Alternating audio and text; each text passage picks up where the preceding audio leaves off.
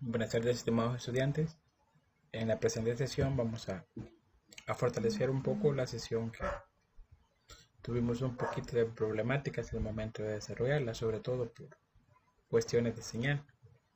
En esta sesión vamos a hablar de los bioelementos y las biomoléculas, principalmente lo relacionado a las biomoléculas. Ya la parte de bioelementos lo habíamos abordado anteriormente y estábamos pendientes con lo de biomoléculas. De esa forma vamos a hacer un breve repaso de contenidos anteriores que teníamos pendientes de la parte de biomoléculas. Y luego vamos a hacer un especial énfasis en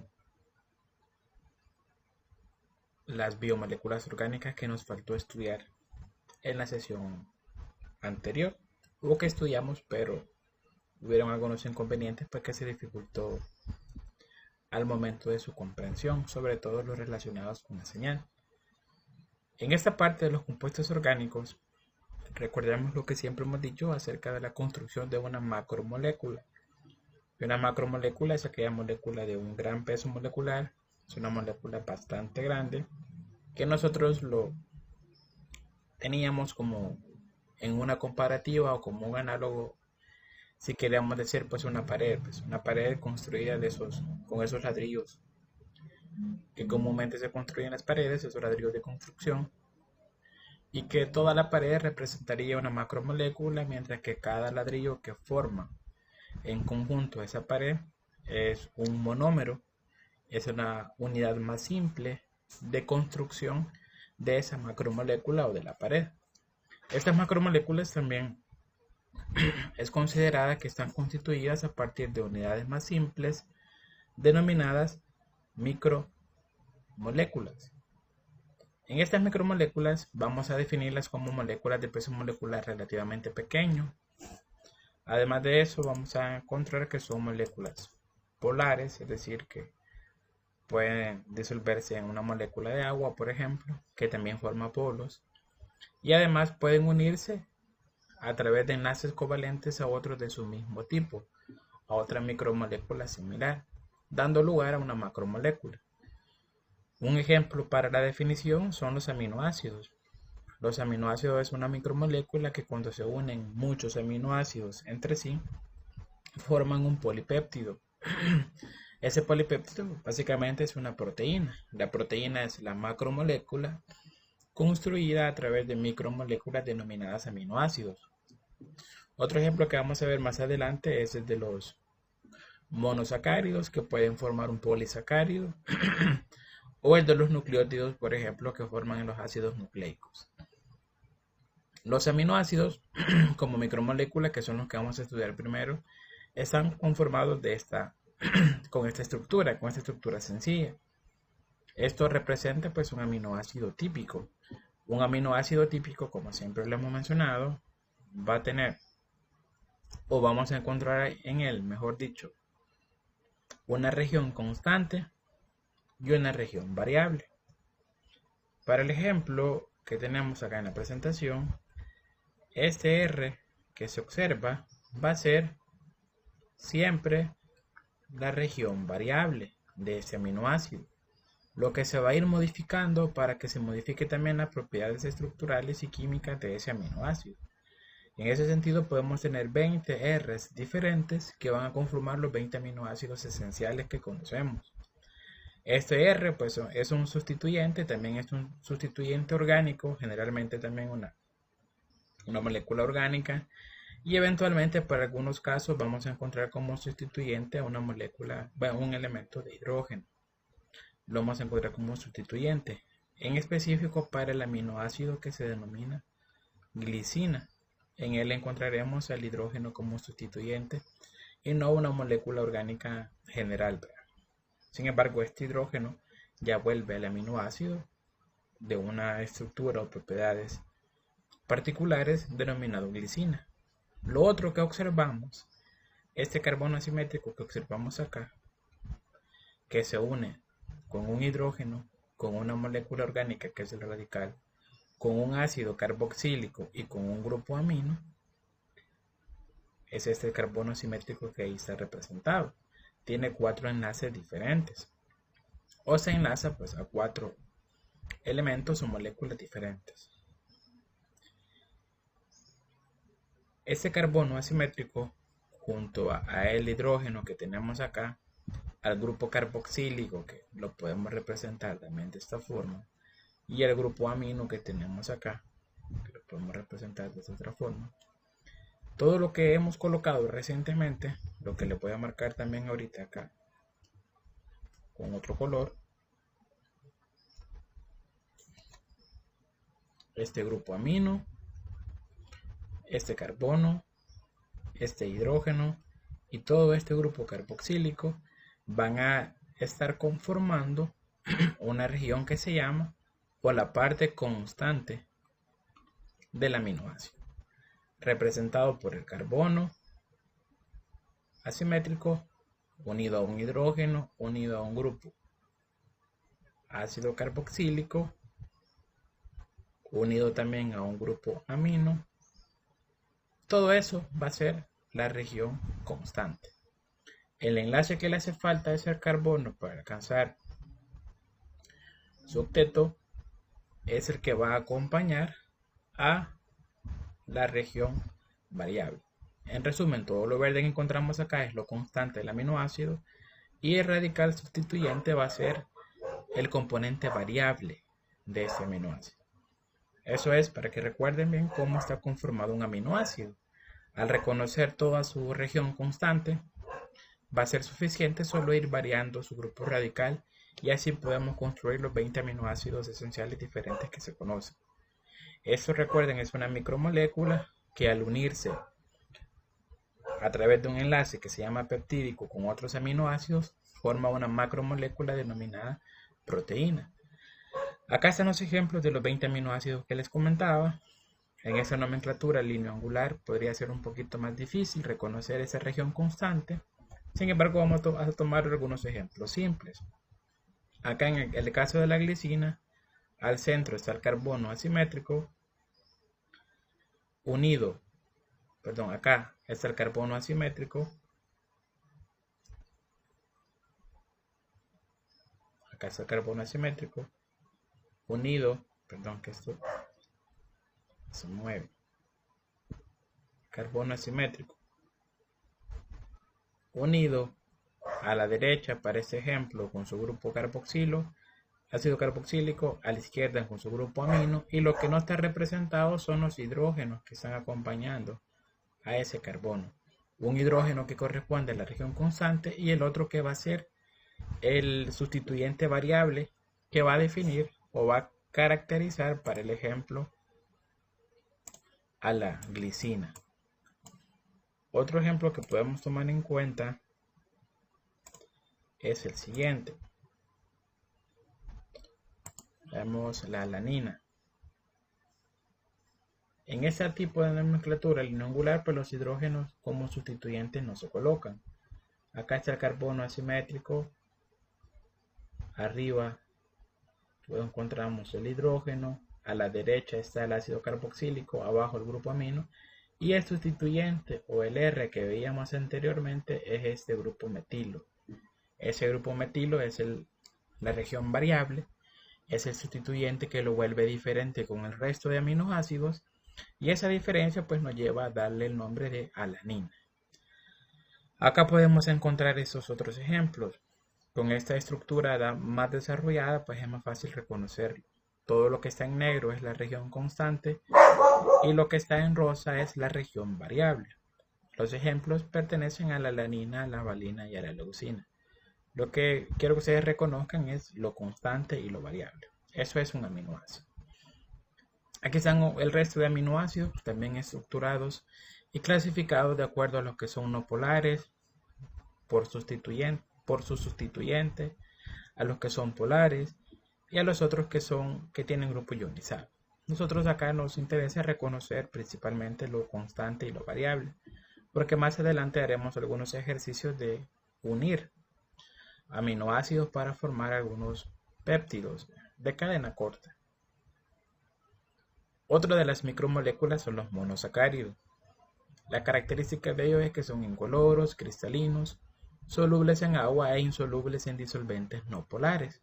Es decir, ellos son polares. Esta micromolécula es polar. Un monosacárido será la molécula más simple que nos va a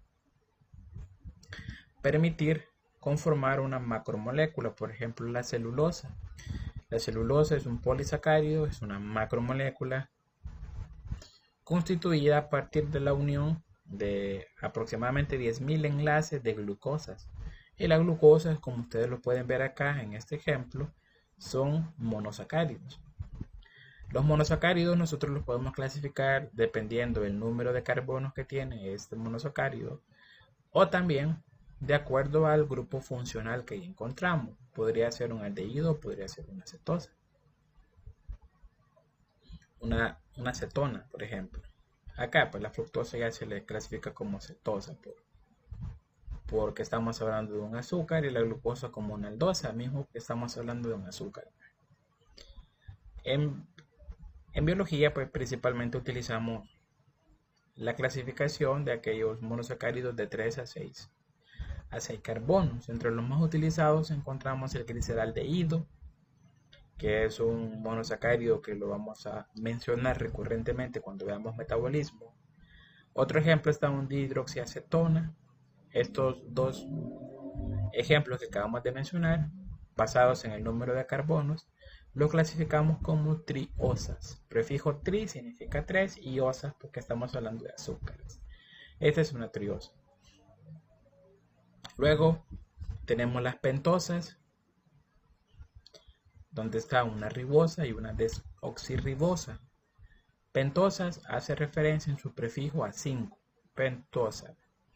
Contamos los carbonos, son 5 carbonos, se clasifica como pentosa. Ya el nombre ribosa y desoxirribosa, nosotros lo vamos a reconocer de acuerdo también a los grupos funcionales que tiene todo a lo largo de esa molécula.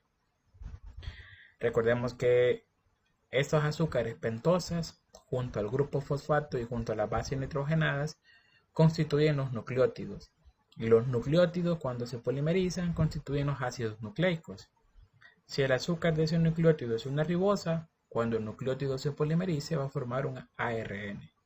Si el azúcar de ese nucleótido es una desoxirribosa, cuando se polimerice ese nucleótido va a formar el ADN. Y acá están otros ejemplos de monosacáridos con 6 carbonos que se llaman hexosas. Lo que quería mencionarles o recordarles también era acerca del grupo funcional. Aquí tenemos el grupo funcional que se llama el grupo del carbono carbonilo.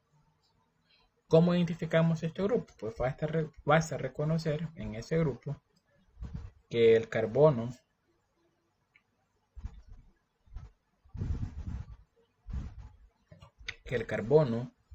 vamos a encontrarlo unido. Acá está. El carbono va a estar unido doblemente a un oxígeno y luego pues tiene otros dos enlaces disponibles para ver con qué sustituyentes se enlaza y completar el octeto del carbono. Esto pues es el ejemplo del carbono carbonilo.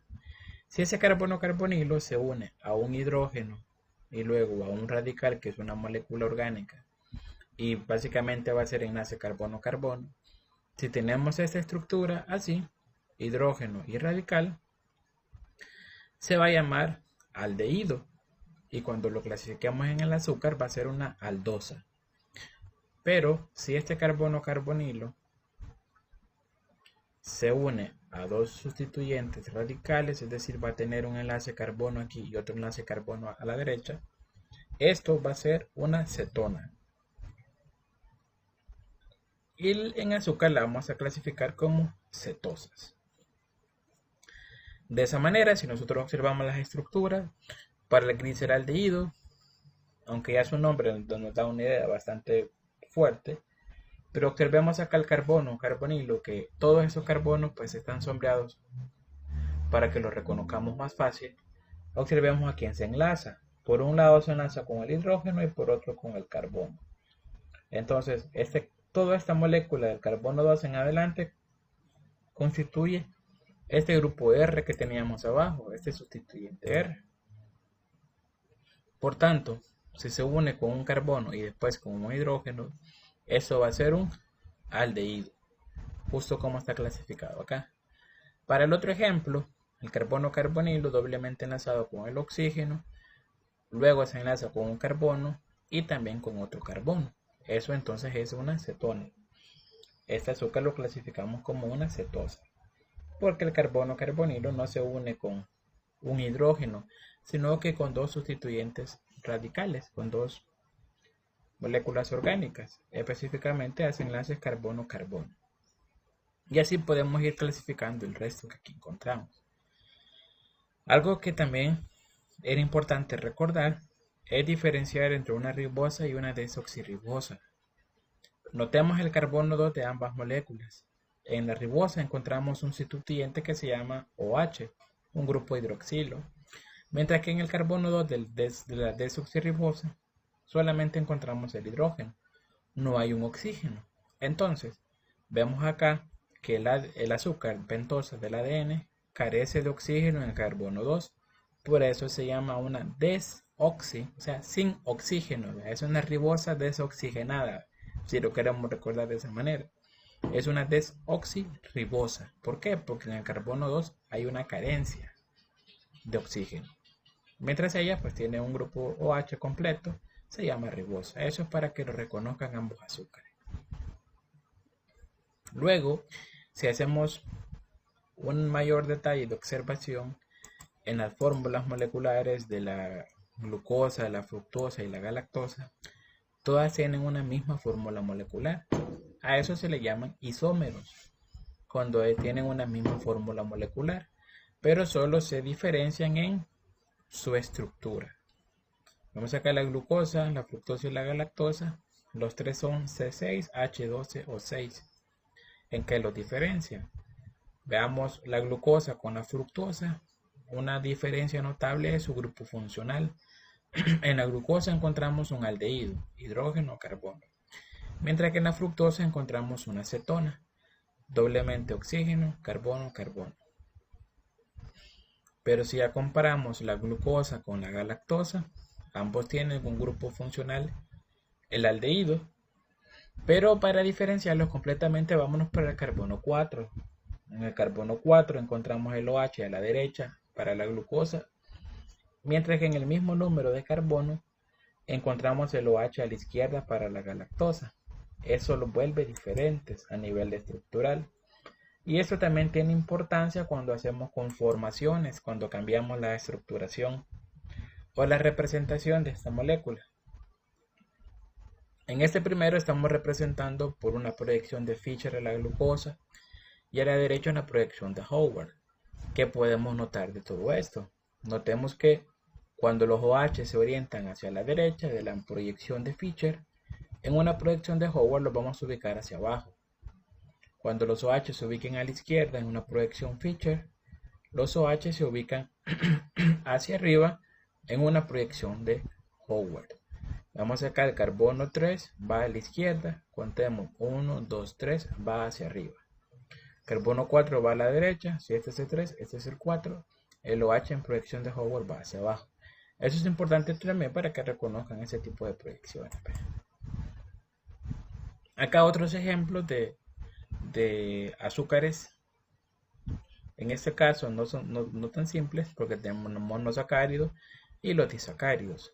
La glucosa es un ejemplo de monosacárido, al igual que la fructosa es un ejemplo de monosacárido.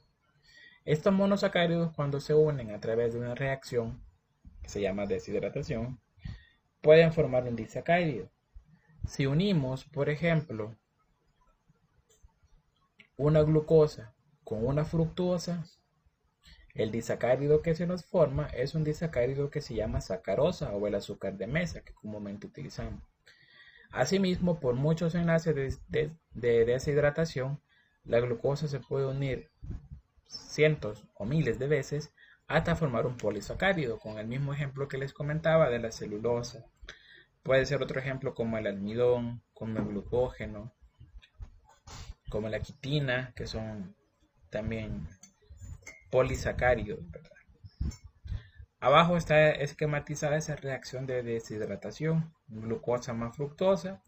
Eliminamos una molécula de agua de esta reacción y se forma la sacarosa. Glucosa más glucosa, no forma la maltosa. Ambos ejemplos son representantes de disacáridos, o sea, son dos azúcares simples. Esa representación pues ya la habíamos visto y su importancia también. La reacción de deshidratación también ya la habíamos notado. Y luego vamos con otros grupos, por llamarlos así, estructuralmente simples. ¿Verdad? Para este caso, encontramos a los ácidos grasos. Los tres que encontramos representados aquí en el esquema son ácidos grasos. ¿Cómo los podemos identificar? Por su grupo funcional. El grupo funcional es un grupo ácido carboxílico, similar al que detallamos anteriormente para los aminoácidos. Entonces ese grupo también lo podemos representar de esta manera, ¿verdad? Similar a cómo se encuentra ahí, ¿verdad? Y aquí unido a sus sustituyentes, se cumplen los 4 enlaces, mismo como se encuentra ahí, ¿verdad? O también se puede colocar así. Todas esas colitas que encontramos son cadenas largas carbonatadas. Y esas cadenas largas carbonatadas pues van a tener la mayor responsabilidad de las características de la molécula. La parte que contiene el grupo carboxílico manifiesta carga negativa en contacto con el agua. Por eso dice que tiene un carácter ácido. El resto de la molécula no presenta polaridad, son moléculas apolares y son hidrófobos. Es decir, que no pueden estar en contacto con el agua porque no se pueden mezclar con el agua, es como el agua y el aceite. ¿Verdad? De hecho, el aceite son ácidos grasos, son grasas. Como la cadena apolar es mucho más grande que la parte con carga, la molécula no se disuelve en agua. Y de esa manera encontramos que los ácidos grasos son no polares. Principalmente por esa larga cadena carbonatada que encontramos unido a un grupo de ácido carboxílico. Notábamos también en la clase estas pequeñas graditas que se forman. Estas graditas que estamos formando acá tienen que ver con los ángulos de enlace. Cuando el carbono se une de manera sencilla, carbono-carbono, es decir, solamente un enlace, ahí pues el ángulo que tiene pues no va a tener una mayor modificación de esas colitas. Los ángulos van a ir variando. Si es un enlace sencillo va a tener un tipo de ángulo de enlace. Si es un enlace doble, el ángulo cambia. Y si es un enlace triple, aún más cambia ese enlace. Entonces estos enlaces van a ir modificando la estructura de la molécula, si son dobles, si son sencillos o si son triples. Por eso es que observamos este quiebre. Cuando hay dobles enlaces observamos quiebres. Y aquí observamos más graditas aún. Noten también cómo cuando hay más enlaces dobles carbono-carbono, hay menos disponibilidad de hidrógenos. Hay menos hidrógenos en esa molécula. Porque cuando se enlaza el carbono doblemente con otro carbono, deja menos espacio para que los hidrógenos puedan ubicarse. Y eso también nos va a ayudar más adelante para clasificarlos como saturados o insaturados. Para todo esto deben recordar la capacidad que tiene el carbono de formar 4 enlaces. Cuando esos 4 enlaces están completos, pues ya nadie más se puede unir. Ya alcanzó estabilidad. Entre más carbono estén enlazados, menos hidrógenos van a poder unirse a ese carbono.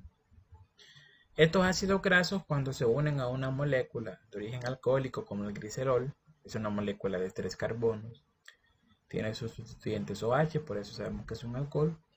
Cuando 3 ácidos grasos se unen al glicerol, otra vez por una deshidratación, van a formar una sola molécula que es una grasa neutra que se llama triglicérido.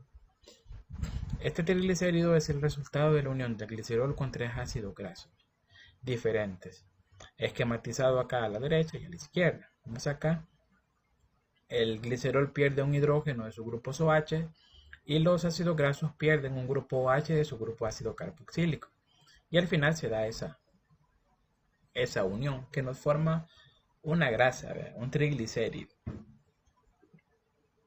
Otro de las micromoléculas son los nucleótidos. Lo hemos abordado varias veces igual. Un nucleótido siempre está compuesto tiene 3 componentes. Un grupo fosfato que da la carga, él es responsable también de la carga y de la acidez de la molécula de ADN. o del ARN, un azúcar pentosa y una base nitrogenada. Esos van a ser siempre los tres componentes que vamos a encontrar en un nucleótido: grupo fosfato, azúcar pentosa y una base nitrogenada. Estas bases nitrogenadas pueden ser 5 diferentes.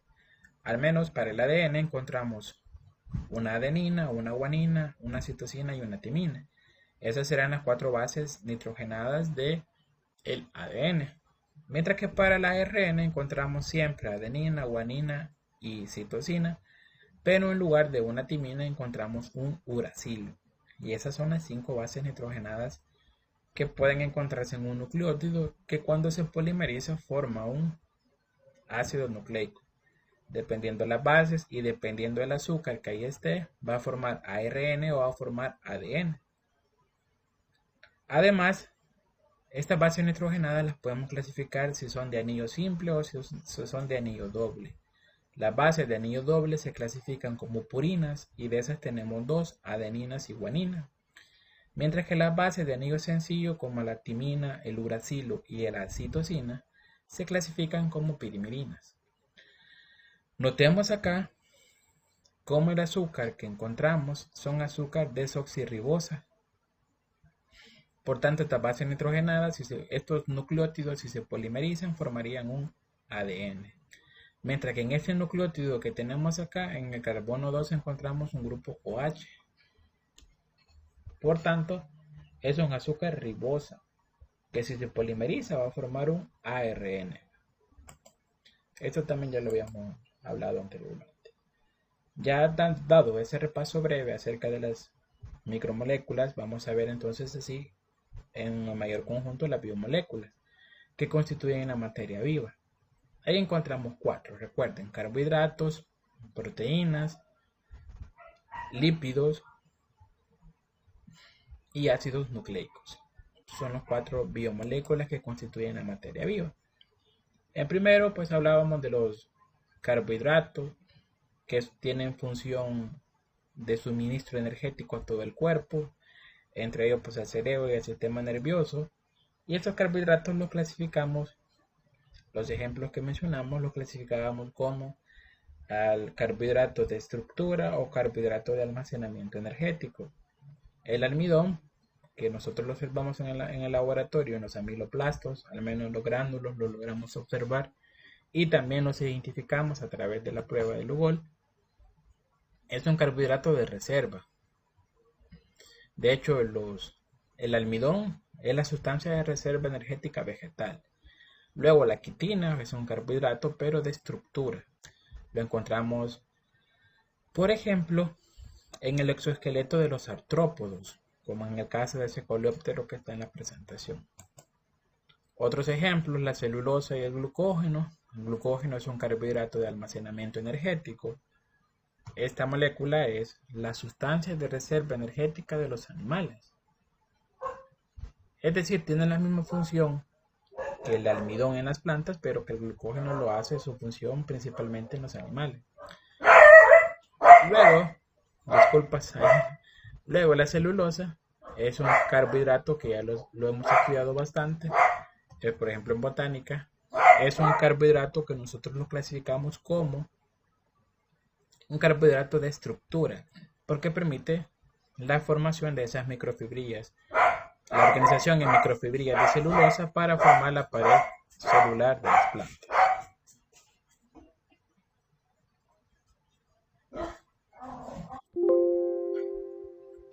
Denme un momento.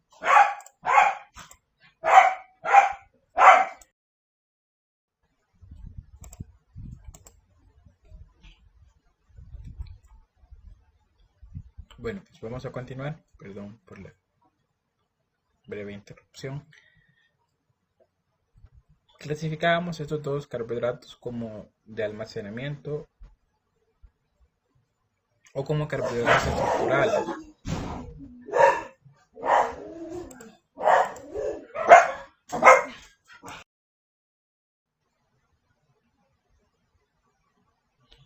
Continuamos nuevamente, perdón por la interrupción.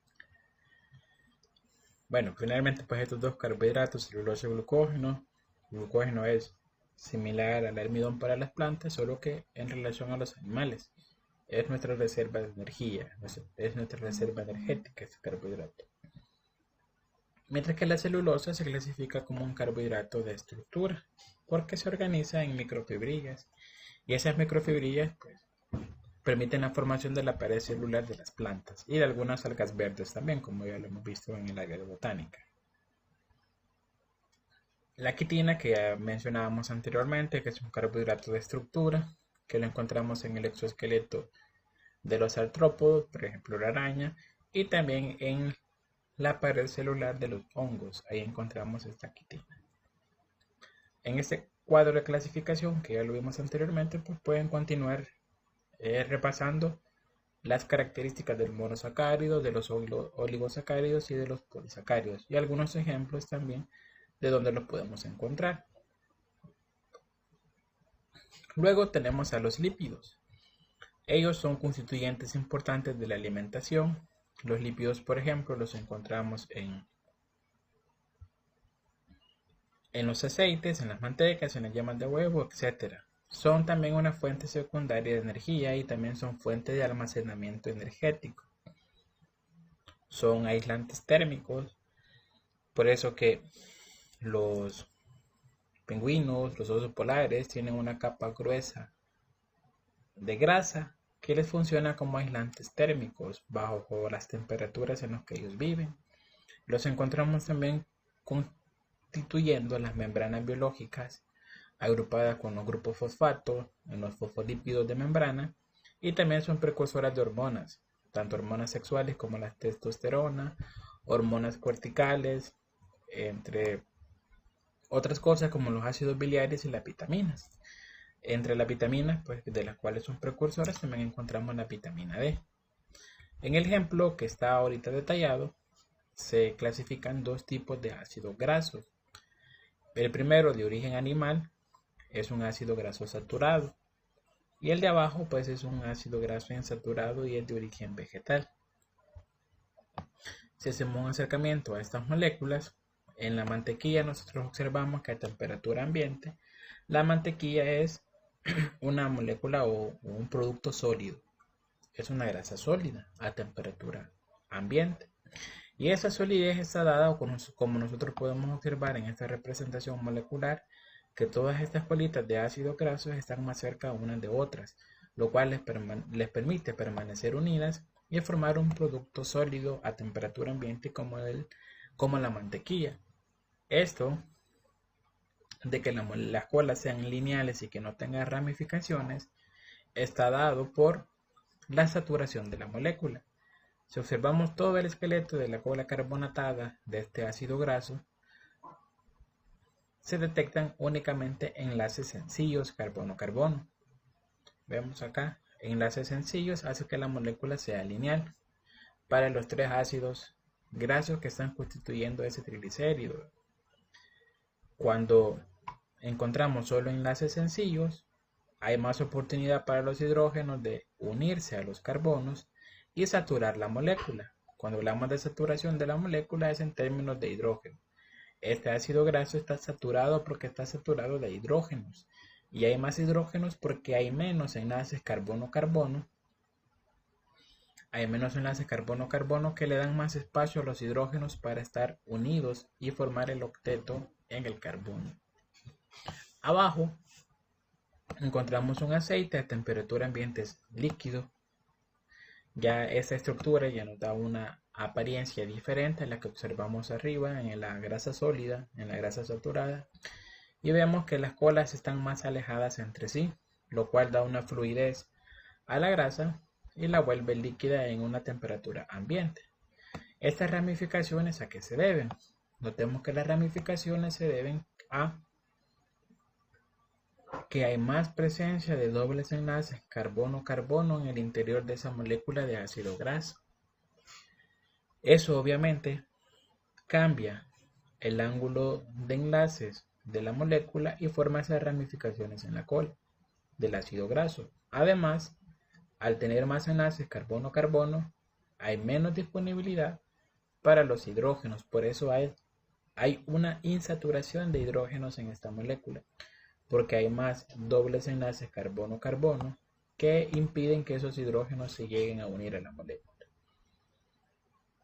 Por tanto, esta grasa de origen vegetal a temperatura ambiente es líquida, es insaturada porque hay más dobles enlaces carbono-carbono que ramifican las colas de esos ácidos grasos y mantienen a temperatura ambiente la fluidez de este producto y lo vuelven líquido. Acá en rojo tenemos una clasificación de enlaces trans. Más adelante voy a comentarles a qué se refiere, pero desde ya noten la estructura de un enlace trans. Los hidrógenos para este caso van en orientaciones contrarias. Cuando van en orientaciones contrarias se llaman enlaces trans, y cuando los sustituyentes van hacia una misma dirección, ya sea hacia arriba o hacia abajo, se llaman enlaces de tipo cis. Ya lo vamos a seguir mencionando. Hablábamos también en la sesión que tuvimos acerca de las grasas, específicamente de los triglicéridos, y cómo se forma este triglicérido gracias a la unión de los ácidos grasos con la molécula de glicerol. Entre otras cosas, este triglicérido permite la hibernación de los osos. Son una mayor fuente energética, son más ricos a nivel energético en comparación, por ejemplo, que con el glucógeno. Luego, siempre hablando de los lípidos, tenemos esto que ya habíamos discutido anteriormente de saturados e insaturados. Nos dice que las colas de ácidos grasos saturados tienen solo uniones covalentes simples. Ácidos saturados, ¿saturados de qué? De hidrógenos. ¿Y eso por qué se da? Porque tienen enlaces carbono-carbono simples, lo que permite mayor oportunidad para que los hidrógenos se enlacen. Las grasas animales tienden a permanecer sólidas a temperatura ambiente porque sus colas de ácidos grasos son muy unidas. Las colas de los ácidos grasos insaturados tienden una o más uniones covalentes, es decir, hay dobles enlaces carbono-carbono en el interior de esa molécula. Tales uniones rígidas normalmente forman ramificaciones que evitan que las grasas insaturadas se unan firmemente. La mayoría de aceites vegetales son insaturados, por lo tanto tienden a permanecer líquidos a temperatura ambiente. Los aceites vegetales parcialmente hidrogenados son una excepción. Las uniones dobles en estos ácidos grasos trans los mantienen rectos. Las grasas trans son muy unidas, por tanto son sólidas a temperatura ambiente. Y además que las grasas trans también tienen un tipo de perjuicio para la salud, porque son moléculas estables, son menos reactivas y no podemos utilizarlas pues para obtener la energía de ese ácido graso. Acá están los ejemplos: una grasa sólida como la mantequilla, colas unidas firmemente entre sí como resultado de uniones covalentes simples carbono-carbono. Los aceites son colas ramificadas a temperatura ambiente. El aceite entonces es líquido y esta ramificación está dada por la presencia de dobles enlaces carbono-carbono en el interior de esa molécula. Noten en este ejemplo cómo las orientaciones de los carbonos involucrados en el doble enlace, sus sustituyentes van hacia una misma dirección. Por tanto, se clasifican como moléculas de ácidos grasos cis y no son trans como el ejemplo anterior que habíamos hablado. Acá se habla un poco de estos ácidos grasos trans para que ustedes tengan mayor conocimiento acerca de la importancia para la salud de estos ácidos grasos. Lo que haremos es reconocer cómo identificar un ácido graso, ya sea cis o trans, a nivel molecular. Para identificarlo como cis o como trans, primero pues vamos a identificar que la molécula debe de ser insaturada. Tiene que tener dobles enlaces. La primera pues no se le puede clasificar como cis o trans porque es saturada. La segunda sí. En el caso del ácido linoleico, acá está el doble enlace. Vemos que los sustituyentes van hacia la misma dirección, por tanto es un enlace cis. En el ácido linoleico trans, observamos acá en el doble enlace carbono-carbono, un hidrógeno va hacia arriba, otro va hacia abajo. Esto ya ir en dirección contraria es enlace trans. Este otro que tenemos acá sigue siendo cis, si lo vemos, ¿verdad? Y este es trans. Es como que ustedes lo representen así de esta forma.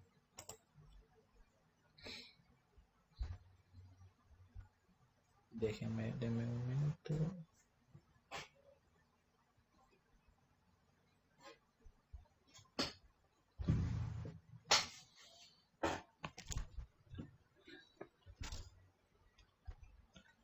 Ya está. Como que lo representen de esta forma.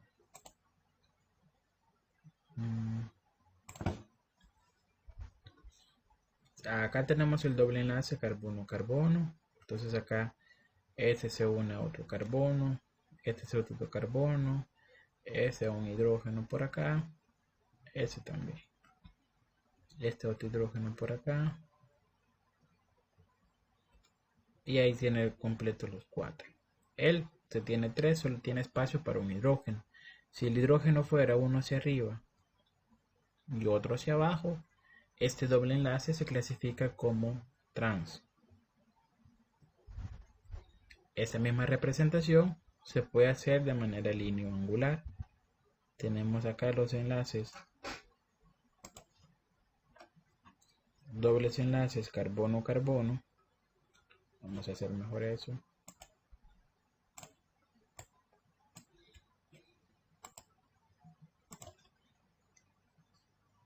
Acá tenemos 4 carbonos. Acá es el doble enlace carbono-carbono.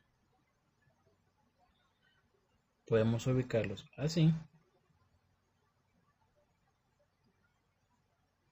Acá están los 4 carbonos. Vemos que la orientación de la molécula va hacia el mismo lugar. Si para acá van los carbonos, podemos decir, bueno, para abajo están los hidrógenos. Esta sería una representación de tipo cis en línea angular.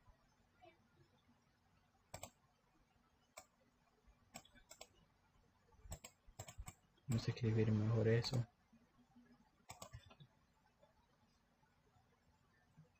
Así.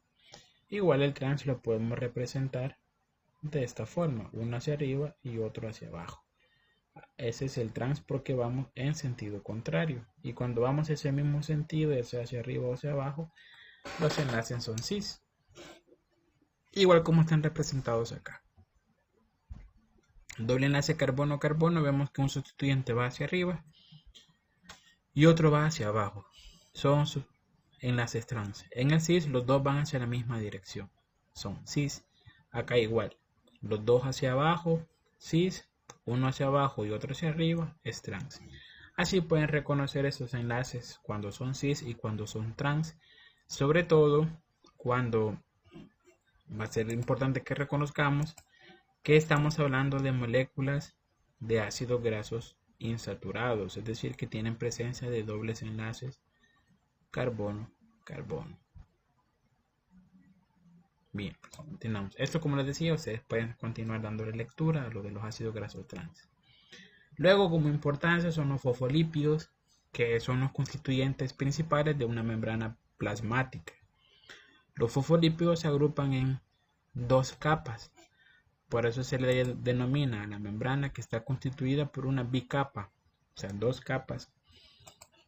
Una bicapa fosfolipídica y un fosfolípido que es un grupo fosfato que constituye la cabeza de la molécula y sus grupos de ácidos grasos que constituyen las colas, en la parte lipídica de esa membrana. El grupo fosfato es polar, puede mezclarse con el agua. Al ser polar se le llama también hidrofílico. Y las colas, que son no polares, que son ácidos grasos no polares, no pueden mezclarse con el agua, se le llama colas hidrofóbicas. Y esa es la representación de una bicapa lipídica. Las cabezas siempre van hacia afuera y hacia adentro de la célula porque pueden estar en contacto con el agua, mientras que las colitas pues se agrupan en el interior de esa membrana porque no pueden estar en contacto con el agua, son moléculas hidrofóbicas.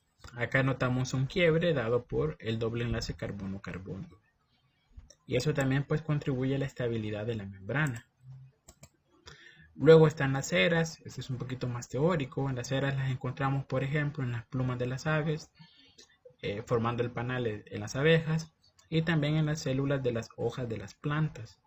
Aquí encontramos las ceras. Como sabemos, las ceras son de origen lipídico también, son ácidos grasos e impermeables con el agua, no pueden estar en contacto con el agua.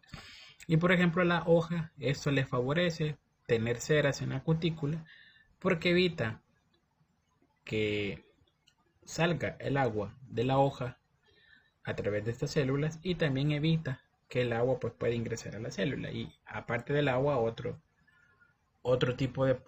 un parásito que pueda estar afectando la salud de la hoja. Entonces lo importante es eso, que la encontramos en la cutícula, por ejemplo, para restringir la pérdida de agua y para mantener parásitos alejados de la planta. También lo encontramos en la piel, en el cabello, lo encontramos en las plumas de las aves para volverse impermeables al agua y en las abejas que las utilizan para la creación de esos panales, esas colmenas. Otros derivados que utilizan a los ácidos grasos, a los lípidos como precursores son las hormonas esteroideas o los esteroides. Acá está una molécula de colesterol, es un ácido graso. A partir de esta molécula se sintetizan o se utiliza como precursor, por ejemplo, para la producción de hormonas sexuales como la testosterona y como el estrógeno. Ya la testosterona, por ejemplo, le permite a este pavo real pues lucir sus plumas en señal de cortejo, en señal que está preparado para entrar a un proceso de fecundación con una hembra que también tiene sus niveles de estrógeno ideales para que la reproducción pueda ocurrir, porque ya son aves que están en un periodo de cortejo. Esas hormonas esteroideas utilizan algún lípido, que es el colesterol, como precursor para la formación de estas hormonas. Luego tenemos las proteínas. Como se habló anteriormente, son macromoléculas constituidas por micromoléculas denominadas aminoácidos. Y estos aminoácidos se unen entre sí a través de un enlace que se llama enlace peptídico. Acá está la representación de una proteína, ya en un nivel de organización, en un cuarto nivel de organización, a nivel cuaternario. Esta es una hemoglobina. Acá están dos representaciones típicas de aminoácidos. Una región constante, carbono asimétrico, el grupo amino, grupo ácido carboxílico, el hidrógeno, y el R, que es la región variable.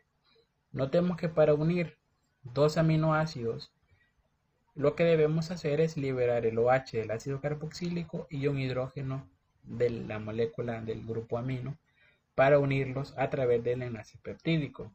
Así, muchos aminoácidos se van uniendo uno tras otro, uno tras otro, uno tras otro, hasta formar un polipéptido, que es una proteína, cuando alcanza un peso molecular pues determinado. Acá está la representación, pero en estado pues ya ionizados. El grupo amino y el grupo carboxílico reaccionan a través del enlace peptídico para, cuando se unen muchas veces, formar una proteína. Acá está el ejemplo de cómo se da ese enlace peptídico, aminoácido más aminoácido, se forma un dipéptido.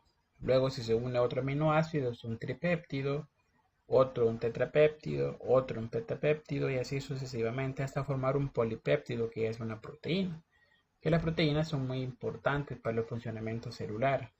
Las proteínas, por ejemplo, también constituyen a las enzimas como la catalasa, que ustedes observaron y trabajaron en la tarea de método científico, que permite pues disminuir la energía de activación de una reacción química y acelerar ese proceso de reacción cuando encuentran su sustrato. Acá están otra vez un aminoácido, su región constante, su región variable y cómo se unen a través del enlace peptídico. Y de eso pues vamos a hacer algunos ejemplos de cómo unir aminoácidos. La unión de los aminoácidos o sobre todo el orden y el tipo de aminoácido que se va a formar va a depender de la información que tienen los genes. del ADN, por supuesto. Por ejemplo, si queremos tener el siguiente péptido, vamos a hacer un tetrapéptido. Vamos a unir un ácido glutámico, se llama GLU, la vamos a unir con una valina, asumiendo que así es la orden que nos está dando el ADN. La unimos vamos a ver con qué más. Vamos a unirlo con una glicina también. No lo observo en el esquema, pero vamos a unirlo con una glicina. Y finalmente lo vamos a unir con una tirosina. Este es un tetrapéptido. Son 4 aminoácidos unidos de acuerdo a la información que nos dio el ADN. Y ya no constituye una proteína porque son muy pocos aminoácidos. Si fueran, por ejemplo, de mayor a 50 los enlaces, ya podríamos hablar de un polipéptido. Pero en este caso no. ¿Qué vamos a hacer entonces? Para unirlos vamos a hacer los enlaces peptídicos. Sin ver este cuadrito podemos recordar que un aminoácido es un carbono unido a un grupo amino, a un hidrógeno, a un ácido carboxílico, y aquí la región variable es el que le pertenece al ácido glutámico, que lo tenemos acá abajo. Entonces, ¿quién es la región variable? Bueno, son 3 carbonos. Vamos a anotarlos acá. CH2, CH2 y este de acá. Ese es, digamos, el ácido glutámico. Queremos unirlo ¿con quién? Con una valina. Nuevamente, lo vamos a cambiar de color después para ver la región variable. La región constante es esta.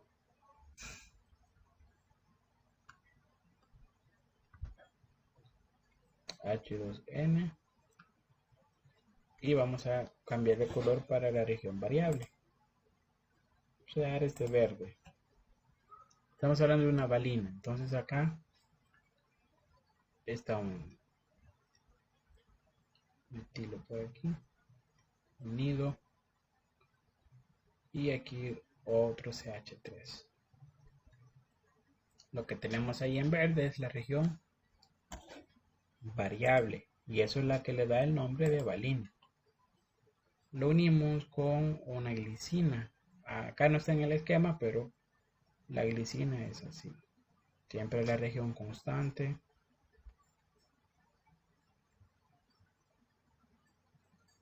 Y luego vamos a agregar aquí una región variable. La glicina, su grupo diferencial solamente es un hidrógeno.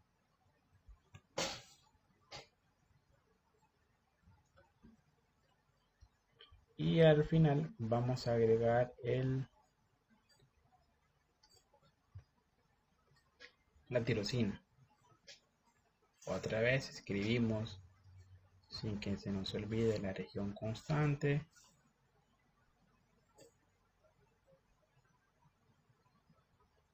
Y aquí vamos a cambiar de color para la región variable. Para la tirosina está, ya lo vi, CH2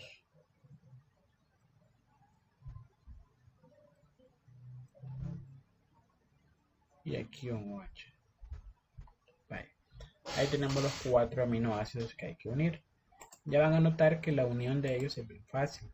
Solamente tenemos que sacar, se lo voy a marcar acá, tenemos que sacar del ácido carboxílico el OH, y de acá tenemos que sacar un hidrógeno del ácido carboxílico, un OH, y de acá un hidrógeno. Es decir, vamos a estar sacando moléculas de agua. Vamos a sacar agua, OH, un hidrógeno. Y aquí ya no, porque ahí termina el enlace. Iniciemos la unión.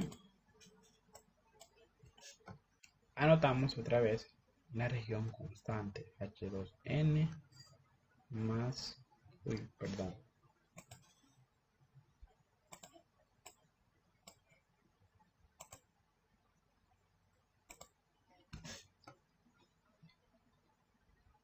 anotamos H2N, carbono asimétrico, hidrógeno.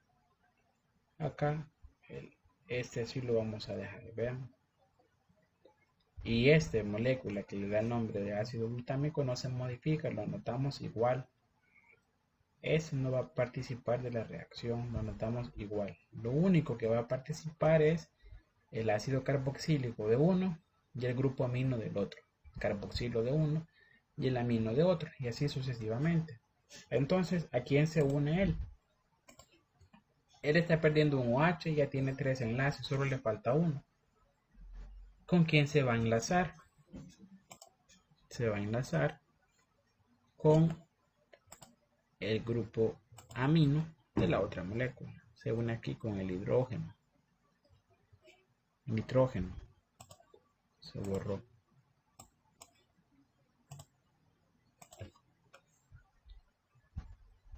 Acá está el enlace. Se une con el nitrógeno. Ese nitrógeno a su vez está unido con el carbono acá de la región constante, el carbono asimétrico. Solo le queda un enlace disponible, porque el nitrógeno solo puede enlazarse a 3 sustituyentes. Y ahí está completo ya.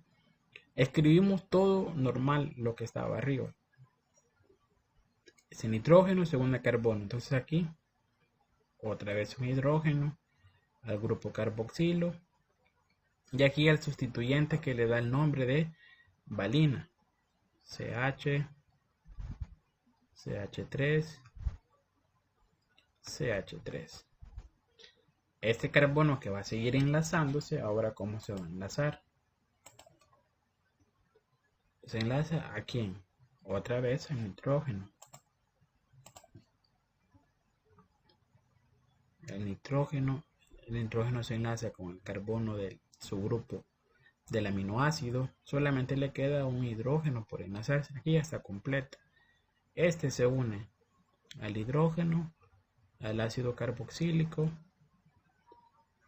Y aquí anotamos el sustituyente, que solo es una H porque es la glicina.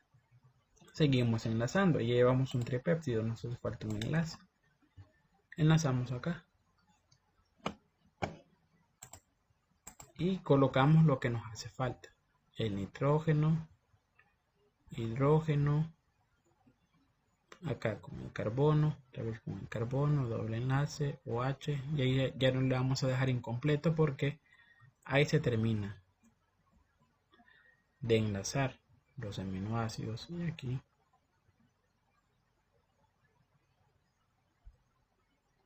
OH. Y ahí está. Ya hemos formado un tetrapéptido de unión de un ácido glutámico, de una valina, de una glicina y finalmente de una tirosina. Esto que está acá a veces se representa así por círculos. Cada círculo obviamente es un aminoácido diferente, pero en conjunto estamos hablando de un tetrapéptido. Ahí podemos cambiar o variar los colores para que vean ustedes que son 4 aminoácidos diferentes. Esto es importante también porque a estas uniones simples, a través de enlaces peptídicos, se le denomina estructura primaria de una proteína. Todas estas uniones,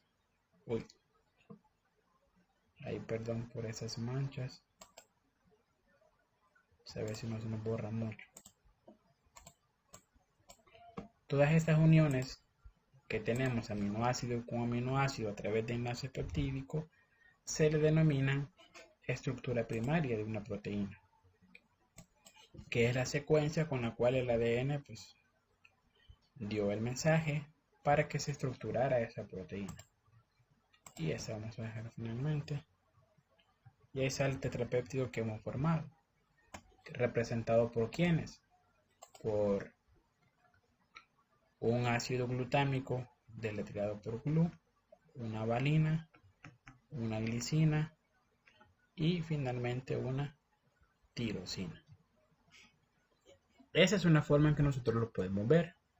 Hagamos los mismos el mismo tetrapéptido, pero utilizando un método diferente que es igual de funcional, pero para ahorrarnos ahí un poquito el tiempo y para que no nos preocupemos de aprendernos toda la estructura orgánica de cada aminoácido, vamos a hacer lo siguiente.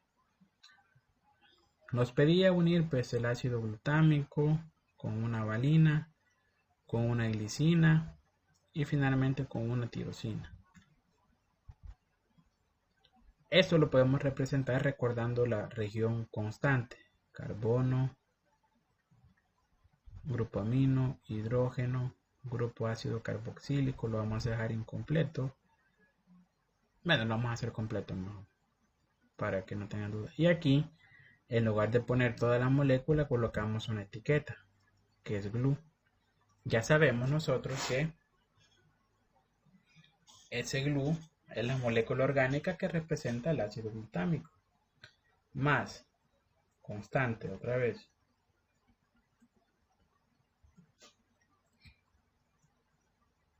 Y aquí, ¿quién va? La valina. Ponemos un rotulito donde está la valina. Más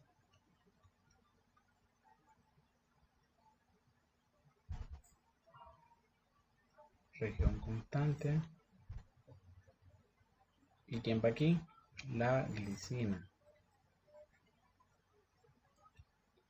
Más región constante.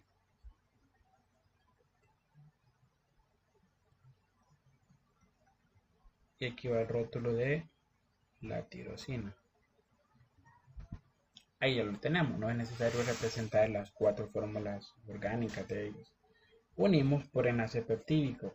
Colocamos, recuerden, lo que vamos a hacer es sacar agua. Liberamos esto y un hidrógeno. Liberamos esto y un hidrógeno. Liberamos esto y un hidrógeno. Solamente esos enlaces son los que vamos a modificar. De ahí todo lo vamos a escribir igual.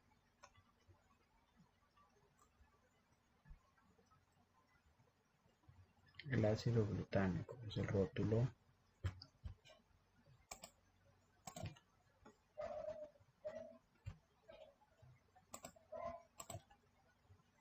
Nitrógeno unido a su hidrógeno que le quedó, al carbono, carbono unido con el hidrógeno, este con el ácido carboxílico, y aquí el sustituyente, que es el radical, la valina.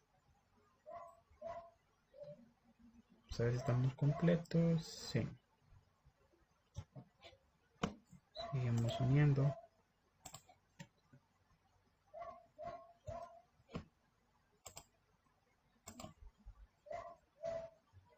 Nitrógeno con su hidrógeno, carbono, bono.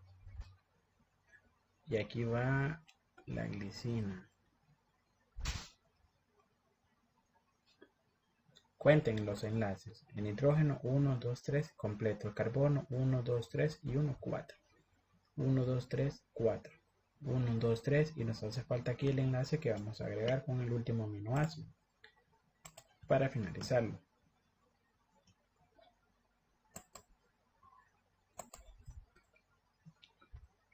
Y ahí está su cuarto enlace.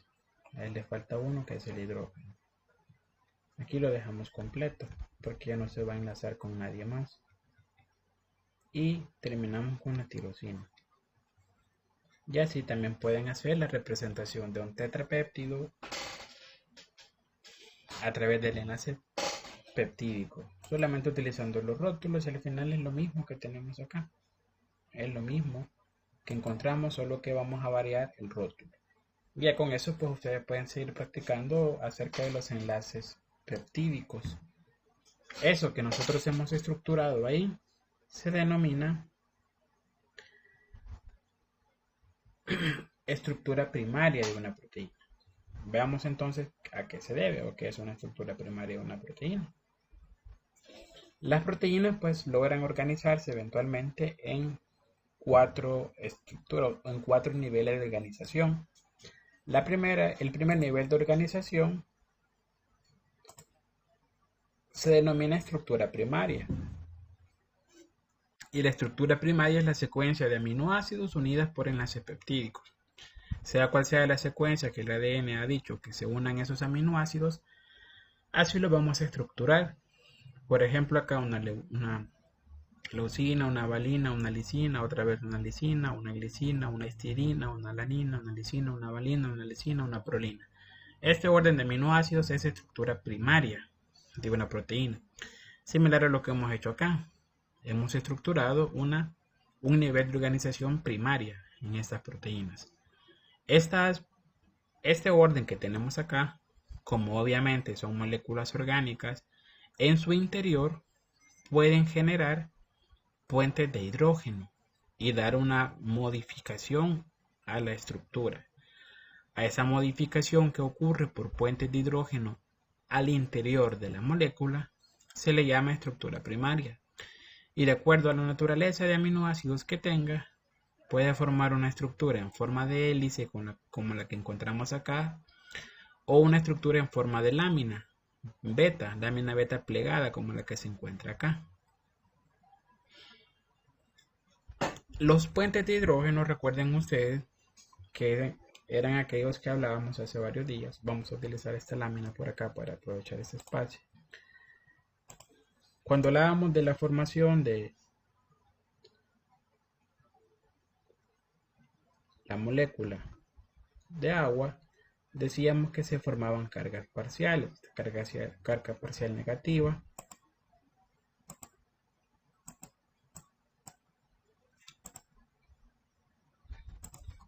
carga parcial negativa, y es una carga parcial positiva, porque como el oxígeno y en este orden de von, todos estos cuando se unen cualquiera de ellos tres a un hidrógeno, cuando esto ocurre, como son más electronegativos que un hidrógeno, lo que hacen es que atraen hacia sus centros los electrones del hidrógeno. Como estamos separando los electrones del hidrógeno de su centro, de todas sus órbitas, lo que ocurre es que tienen una carga parcial positiva, porque hay como una detección de que se pierde la neutralidad de cargas, tenemos los electrones menos, entonces hay una mayor cantidad de protones, por decirlo así, tenemos carga positiva. Y en cambio estos que están atrayendo los electrones van a sentir pues un aumento de cargas negativas. Por eso se forman las cargas parciales negativas, porque van a estar más cerca de ellos los electrones que cerca del hidrógeno. El puente de hidrógeno es un tipo de enlace que ocurre en las moléculas orgánicas. Por ejemplo, el ADN, su doble hélice, se mantiene gracias a los puentes de hidrógeno. Y el puente de hidrógeno básicamente es unir cargas contrarias, cargas opuestas. Por ejemplo, las moléculas de agua pueden unirse entre sí de esta forma. Como ya tenemos cargas parciales, acá eventualmente está otra molécula de agua con sus cargas parciales. Acá está otra molécula de agua con sus cargas parciales.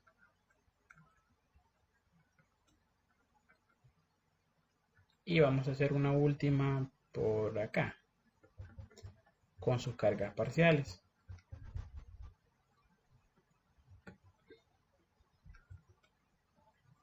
Entonces, lo que ocurre es que se van a traer cargas opuestas y que van a formar un tipo de enlace que se llama por puentes de hidrógeno. Este negativo se une por puentes de hidrógeno con este positivo.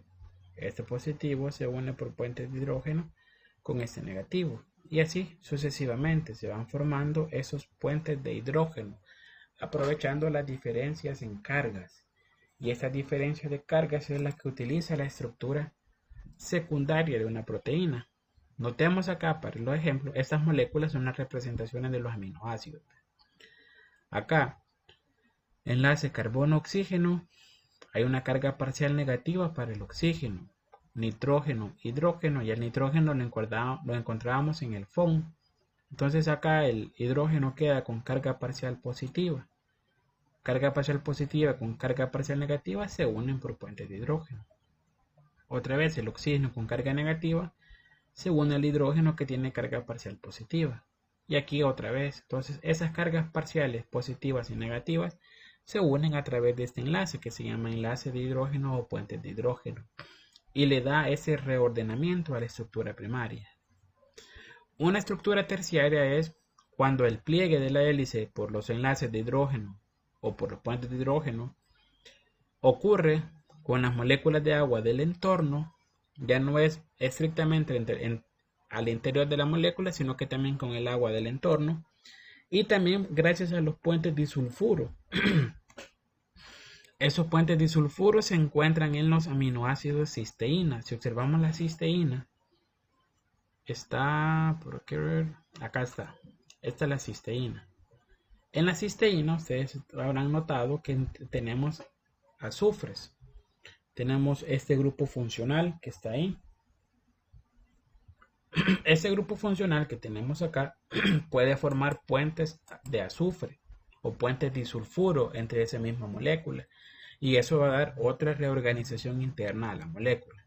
Y finalmente la estructura cuaternaria es cuando los polipéptidos individuales unidos unos con otros por enlaces de hidrógeno o por puentes disulfuro. La unión de polipéptidos individuales. En resumen, la estructura primaria es la secuencia de esos aminoácidos. La estructura secundaria es las interacciones por puentes de hidrógeno que modifican la molécula. Esos puentes de hidrógeno son al interior de la molécula. La terciaria es cuando los puentes de hidrógeno se forman con el agua circundante o ocurren los enlaces disulfuro gracias a la cisteína que tiene esos grupos funcionales. Y la cuaternaria es cuando reorganizamos diferentes estructuras terciarias. Nuevamente para el ejemplo es la hemoglobina. Y acá se resume lo que acabamos de hablar. La estructura de hélice o de beta plegamiento son estructuras secundarias. Esto es porque hay puentes de hidrógeno y acá pueden ver los puentes de hidrógeno. Estos puntos que ven acá son los puentes de hidrógeno por cargas opuestas. Y acá les represento el puente disulfuro que ocurre con los azufre con azufre cuando se encuentran las cisteínas al interior de este polipéptido. Cuando encontramos las cisteínas al interior de ese polipéptido. Y así se organiza pues una proteína en sus 4 niveles de organización. Todo esto que vemos acá en esta cadenita como perlas de collar es la estructura primaria. Determinado por la secuencia de aminoácidos de acuerdo a cómo el gen pidió que se codificaran. La secundaria es cuando ocurren enlaces de hidrógenos entre aminoácidos, ocasionando que los polipéptidos formen una alfa hélice como esta de acá o una beta plegamiento o lámina plegada. Una terciaria es la interacción de las cadenas laterales de los aminoácidos con el agua, los enlaces covalentes entre grupos radicales y otras interacciones químicas que van a formar esta estructura tridimensional. Entre esas otras interacciones están los enlaces disulfuro, representados en este esquema de acá. Son puentes azufre-azufre. Y la cuaternaria es cuando dos o más polipéptidos plegados interactúan para desempeñar una función biológica. Luego algunos criterios que hay que recordar. Cómo diferenciar un péptido de una proteína. Entre ellos encontramos que los péptidos son más pequeños que las proteínas. Se definen como moléculas que constan de 2 a 50, mientras que las proteínas pueden tener más de 50 aminoácidos unidos para su conformación. Este cuadrito de ejemplo también ustedes ya lo estudiaron acerca del resumen de las proteínas, donde las encontramos, otros ejemplos donde se encontramos las proteínas y finalmente nos hace falta mencionar los ácidos nucleicos. Sabemos que son biomoléculas donde se encuentra la información genética. Diferencias entre las dos. En este ejemplo vemos que el ADN tiene una doble hélice. Acabamos de mencionar que estas hélices se mantienen unidas gracias a los puentes azufre con azufre. Puentes de hidrógeno. Puentes de hidrógeno. Puentes de hidrógeno, ahí pues hubo una confusión. Nuevamente, estas cadenas se mantienen unidas gracias a los puentes de hidrógeno que se forman debido a las cargas parciales que ahí se van a encontrar en estas bases nitrogenadas. y así se mantienen. Esos son los puentes de azufre, olviden lo que era lo que vimos atrás. El ARN, en cambio, no es de doble cadena, sino que es de cadena sencilla. Aparte que en el ADN encontramos una timina y en el ARN encontramos un uracilo sustituyendo a esta timina. Algo más que podemos recordar acá es el apareamiento de bases complementarias. La adenina siempre se une a una timina y la citosina siempre se une a una guanina y viceversa, ¿verdad? Ese es el apareamiento de bases complementarias. Acá están los dos azúcares pentosa, la ribosa con su grupo H en el carbono 2 y la desoxirribosa con únicamente su grupo hidrógeno. Es una ribosa desoxigenada como veíamos anteriormente. Recuerden que el ácido nucleico está conformado por nucleótidos. Cuando el nucleótido se polimeriza, forma el ácido nucleico. Y un nucleótido es un grupo fosfato, una base nitrogenada y un azúcar pentosa. Bases nitrogenadas hay 5 diferentes. Las de anillo doble se llaman pirimidininas y las de anillo sencillo son las purinas. Los de anillo doble encontramos a la adenina y a la guanina, mientras que anillo sencillo, citosina, timina y uracilo.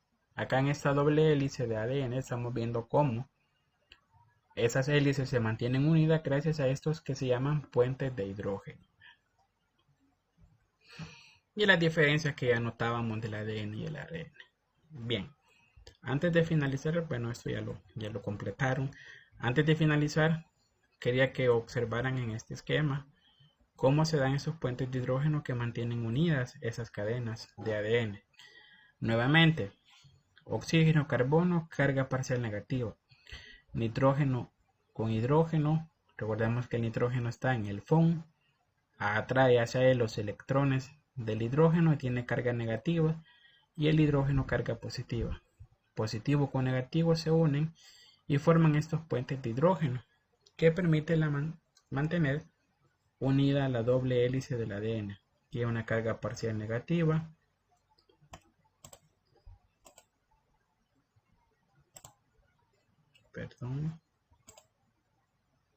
Aquí hay una carga parcial negativa y en el hidrógeno una carga parcial positiva. Ya vamos a ir finalizando.